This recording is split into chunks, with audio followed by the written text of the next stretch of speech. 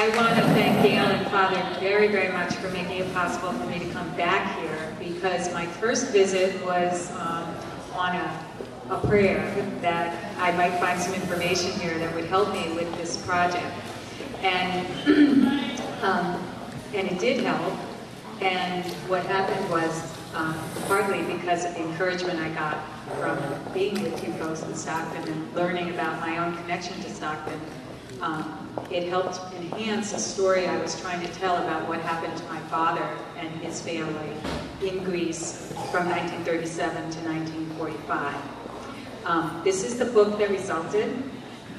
It's just out, so you can be the first on your block to own a copy. Gail has brought copies here to make it very, very easy for you. So I hope I can get you interested in enough to want to take one home. But first of all, thank you again. It was very wonderful to be able to worship with you again and to be here to share with you some thoughts about this book. So what I'd like to do is tell you a little bit about what this book is, and then I'm going to share a little more about the story of my family, especially from that wartime period, but also going back to the early 20th century in Stockton. And then what I'd really love to do is hear some of your stories. Okay, does that sound like an okay plan? And we'll try to keep the whole thing relatively short. I know we've had a long morning. Good. So if you look at this book cover, you see a few unusual things. Are we doing okay? I think it's okay. Do you folks, is the light all right? Can you see the images well enough? Wonderful. Okay. So on the cover of this book is the page from the passport that these children went from the United States to Greece on. And you'll see that it says canceled. That's because the passport expired. And I'm going to tell you more about why. I call this book Daddy's War, which might strike you as a little bit of a strange title, but it's meant to clue in the reader that this story is told from the perspective of myself as a child. So the premise of the book is that I knew things already practically at birth when I began to think about what had happened to my father, but I didn't really understand the pieces of stories that were in my head. And when I was a young child, these stories scared me. When I was a bit of an older adult, these stories made me very angry because I felt like somehow this horrible past of my father's affected me adversely. And when I finally reached the semi-wisdom of middle age, I decided to figure out more about what these stories really meant, and that's what resulted in this book. These stories have very much to do with the fact that my family is an immigrant family. And I don't think it applies just to Greeks, but we are a Greek-American family. And then you'll see a very funny word over here, a paramemoir. If you've never seen that word before, I give you complete permission because it's a word I made up. And I made up that word to indicate that this is like memoirs you might read, so narratives of people's lives. But it also goes beyond that, right? Para. It is more than just a story of something that happened to me or even me trying to tell what happened to my father. It tries to give the readers various tools to think about what happens in their own families. So the book has a little bit of an unusual structure. The first part is the most normal. It tells the story of my childhood and how I related to these strange stories and how I decided to go in search of more information. The second part, though, reads more like almost going to the theater, some kind of theater festival, or listening, eavesdropping on your neighbors. It's a series of stories that I try to give to my reader in exactly the form that I received them in. So when people stumble, you'll see the stumbling in their words. When people, as in my family, switch into Greek, you'll see the switches into Greek. I translate them because I know not all my readers will know Greek. But you'll see both the Greek and the English. When they switch back into English, you'll see that. So these are stories that are grouped around things that I heard. And they are told by, and this is another unusual feature of the book, members of two generations of my family. So my generation, who was born well after the war, and members of my father's generation who lived through the war in Greece.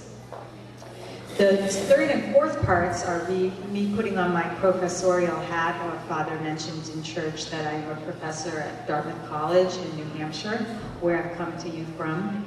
So I bring you greetings from that place far in the north. And I analyze the stories, but I try to do that in a way to help people who have heard their own stories understand your own stories with the example of stories from my family. And then the last part is the most unusual. It's also something I made up myself. It's me trying to help my father process the war trauma that he went through. And I do that in a very specific way, borrowing from psychologists. I do what I call co-witnessing. I try to give him back his story, but as truthfully as possible. And sometimes the truth has holes in it. Sometimes it has things that cannot be understood. Sometimes it has things that need to be corrected, things that got lodged in our memory that actually cannot be correct. And sometimes the truth actually helps you because it's less scary than what got lodged in your memory. So I hand back my father's story to him with this form of trying to point at what doesn't work. All right, so that's enough about the form. Let's get to the story, okay? So we've got some images. Many of you are familiar with the geography of Greece. My father is from Rumeli in Sterialada, from the area of Greece that's the mainland, and the central town there is Delphi. So we'll go to the next slide where you can see a little bit of a close-up. So here's Delphi right here, the most famous site, and that sits as part of the Mount Parnassos. My grandmother, my father's mother, is from the town of Chrysos, which is quite an ancient town. It's actually even mentioned by Homer in the Iliad. My grandfather, this strange name of mine, those of you that are Greek will know this is not a very common-sounding name, and if you ever do meet anyone named Kacandes, please say hi, because they're definitely related to me. Kolopetinitsa is the name of the town, and that's where my grandfather, George, was born. It turns out his father was born in this little town, Zorianos. These are very, very small villages that have almost no population at this point. Next slide, please. This gives you a little bit of the region. It's very dramatic, topographically, very beautiful area. This slide, this image was taken from near Delphi. You see a shepherd in traditional outfit. The picture was taken in around 1930. And it points down towards the village of Chrysos, that my grandmother is from.